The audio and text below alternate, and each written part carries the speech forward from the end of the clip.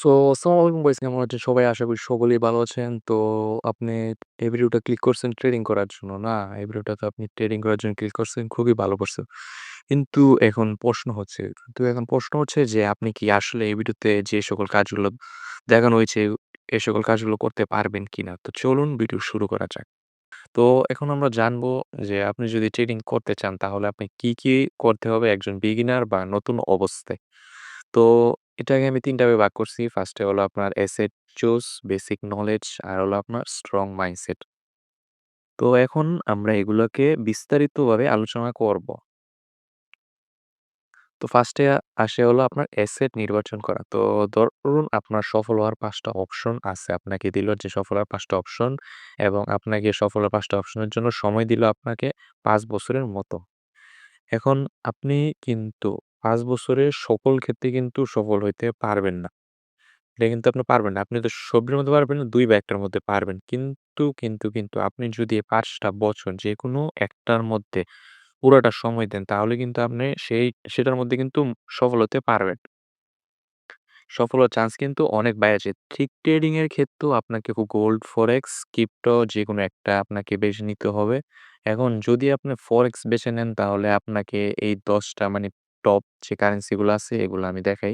First এ আসে হলো আপনার ইউরো ইউএসডিটি, তারপরে ইউএসডিসিএফ, ইউরো জেপিওয়াই, তারপর জিবিপি জেপিওয়াই, ইউএসডি জেপিওয়াই আর অনেক জিটি দেখতেই পারতেছেন। এরপর আসে আপনার গোল্ড আমার মতো শুধু মানে গোল্ডে এক্স ইউএসডি আর কিছু না। মানে আর আর কিছু করতে পারব না। আর ক্রিপ্টো যদি আপনি করেন তাহলে আপনাকে করতে হবে এই যে বিটকয়েন। এটি মানে টপ ৫ টা মানে কয়েন বর্তমানে।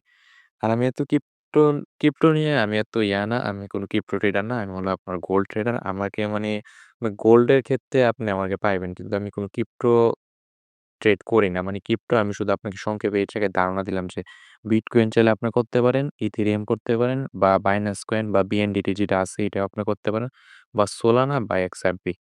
তো এই জায়গায় এখন আমরা মানে অ্যাসেট চুজ করার ক্ষেত্রে আপনি মানে যেটা করবেন এটা আমরা এখন অ্যাসেট চুজ করে ফেলছি। তো এখন আমরা জানবো আপনার বেসিক নলেজ মানে ২ নাম্বার যে জিনিসটা হলো বেসিক নলেজ। তো বেসিক নলেজ কে আমি আবার ৩ টা ভাগে ভাগ করছি। এটা হলো আপনার low basic, mid basic, high basic. এখন মানে এই জায়গার মধ্যে কিছু কথা আছে। আপনি যদি লো বেসিক না জানেন তাহলে আপনি মিড বেসিক জানলে আপনার লাভ হবে না। আবার মিড বেসিক, লো বেসিক না জানলে আপনার হাই বেসিক জানলেও মানে লাভ হবে না। ফার্স্ট এ আপনি ভুল করে মানে উল্টাপাল্টা যে বেসিক গুলো আছে এটা হয়তো জানবেন যার ফলে আপনার অনেক অসুবিধা হবে। এজন্য আমি বললাম আপনি ফার্স্ট এ কোন বেসিক গুলা জানতে হবে। লো বেসিক থেকে শুরু করে মিড বেসিক এরপর হাই বেসিক। তো এখন আমরা লো বেসিক সম্পর্কে জানি। তো লো বেসিকে মানে মার্কেটের সবচেয়ে যে মানে একবারে বেসিক যে জিনিসগুলো আছে সেগুলো আমরা জানবো। তো এই বেসিক জিনিসগুলো হলো আপনার market trend, support and resistant, candle structure, time frame, volume আর হলো আপনার এন্ট্রি এবং স্টপ লস। এই এই মোটামুটি আপনার এই ৬ টা জিনিস আর হয়তো একটা জিনিস আছে এটাই। এই ৬ টা জিনিস জানলে আপনার লো বেসিক মানে ফুললি কমপ্লিট হয়ে যাবে। তো এখন লো বেসিক জানা শেষ হলে আমরা জানবো এখন মিড বেসিক। মানে মিড বেসিক জানতে হলে লো বেসিক জানতে হইব। তো মিড বেসিক এর মধ্যে পড়ে আপনার হলো risk management basic, market structure break, এরপর পুল ব্যাক, লিকুইডিটি জোন, তারপর সাপ্লাই এন্ড ডিমান্ড জোন, তারপর হলো আপনার ট্রেন্ড লাইন আর হলো মার্কেট সেশন। আর আমি কিন্তু অলরেডি মার্কেট সেশন নিয়ে একটা ভিডিও আপলোড করছি। তবে এটার মধ্যে আমি মানে মার্কেটের যে সেশনের টাইম গুলো আছে সেগুলো উল্লেখ করছি। কিন্তু ভলিউমের বিষয়টা উল্লেখ করিনি যে কোন মার্কেটে কি পরিমাণ ভলিউম থাকে, কোন মার্কেট মানে কোনটার জন্য বেশি ভলিউম মানে ফরেক্স এর মধ্যে কোন মার্কেটে বেশি ভলিউম থাকে, গোল্ডের জন্য কোন মার্কেটে বেশি ভলিউম থাকে, ক্রিপ্টোর জন্য কোন মার্কেটে বেশি ভলিউম থাকে। এই ভিডিওটা মানে আমি বানাই নাই। তো আমি এটা খুব শীঘ্রই বানাইবো। তো আপাতত মানে এই জায়গায় আমি বলে নিলাম মার্কেট সেশন। তো এরপর হলো আপনার হাই বেসিক। হাই বেসিক এর ক্ষেত্রে আপনার মানে হাই বেসিক জানতে হলে আপনাকে অবশ্যই লো মিড মানে এটা আমি আগেও বলছি লো মিড বেসিক জানতেই হবে। তো এখন হাই বেসিকের মধ্যে পড়ে আপনার হলো অর্ডার বুক মানে UBI, তারপর হলো ফেয়ার ভ্যালু গ্যাপ মানে FVG, তারপর হলো প্রিমিয়াম অ্যান্ড ডিসকাউন্ট জোন, তারপর হলো আপনার ইন্টারনাল এবং এক্সটার্নাল স্ট্রাকচার মানে এটা একটু জটিল জিনিস। এরপর হলো লিকুইডিটি সুইপ্ট কনসেপ্ট এটাও মানে আরো একটা জটিল জিনিস। তারপর হলো PUI, এরপর হলো আপনার ইনস্টিটিউশনাল ম্যানিপুলেশন।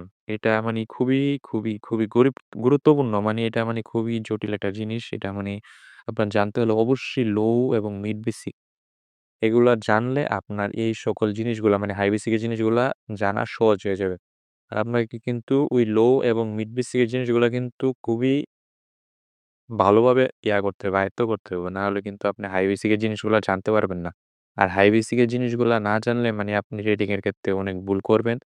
আর এটা মানে খুব গুরুত্বপূর্ণ হাই বেসিক এর জিনিসগুলা।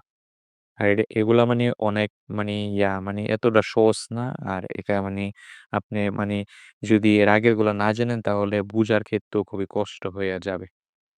তো এখন এই সকল বেসিক জিনিসগুলা কিন্তু আপনি YouTube এর মধ্যে পায়া যাবেন। লো বেসিক, মিড বেসিক এর অনেকগুলা বিষয় কিন্তু পায়া যাবেন। অনেকগুলা বিষয় I think লো বেসিক এর জিনিসগুলো আপনি হয়তো YouTube এর মধ্যে বেশিরভাগই পায়া যাবেন। মিড বেসিক এরও কিছু, কিছু পাইতে পারেন।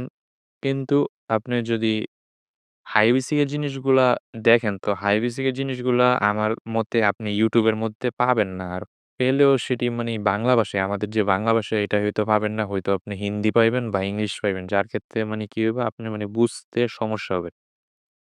তো এখন আমি এই চ্যানেলে এই সকল বিষয় নিয়ে মানে বিস্তারিতভাবে আলোচনা করব। প্রতিটা বিষয় নিয়ে আলাদা, আলাদা করে কিন্তু এটা একটু সময় লাগবে, মানে একটু সময়ের ব্যাপার। কারণ প্রত্যেকটা জিনিস যদি আলাদা, আলাদাভাবে আলোচনা করি তাহলে এটা এক্ষেত্রে অনেক সময় লাগবে। আর আমাদের লাস্ট এবং সবচেয়ে গুরুত্বপূর্ণ বিষয় যে স্ট্রং মাইন্ডসেট এবং ডিসিপ্লিন যা খুবই, খুবই গুরুত্বপূর্ণ। যা মূলত এই ফার্স্ট ২ টা বিষয় জানার পরও যেটা সবচেয়ে বেশি গুরুত্বপূর্ণ এটা মানে আমি এই ভিডিওতে আলোচনা করব না। কারণ এটা নিয়ে আলোচনা করলে মানে ভিডিওটা অনেক লং হয়ে যাবে। অলরেডি অনেক লং হয়ে গেছে। তো এটা নিয়ে মানে আমি আগামী ভিডিওতে আলোচনা করব খুব ভালোভাবে। কারণ এই বিষয়টা মানে খুবই গুরুত্বপূর্ণ। কারণ ডিসিপ্লিন এবং রেগুলারিটি অনেক গুরুত্বপূর্ণ ট্রেডিং এর ক্ষেত্রে। যদি আপনি একদিন ট্রেডিং করেন, এর পরের দিন না করেন বা ১ সপ্তাহ না করেন, ১ সপ্তাহ পরে করেন তাহলে মানে আপনার বেসিক গুলা ভুইলা যাবেন। তো এই বিষয় নিয়ে মানে আমি ভিডিও আনবো। সবচেয়ে গুরুত্বপূর্ণ কথা এখন এটা যদি আপনি করতে চান তাহলে আপনার উদ্দেশ্য কি? মানে আপনি ট্রেডিং করার ক্ষেত্রে মানে কি উদ্দেশ্য নিয়ে আসছেন? এবং কেন আপনি ট্রেডিং করতে চান এটা মানে কমেন্টে বলে যাবেন। তো আজকের মতো এই ভিডিও এখানে শেষ করলাম।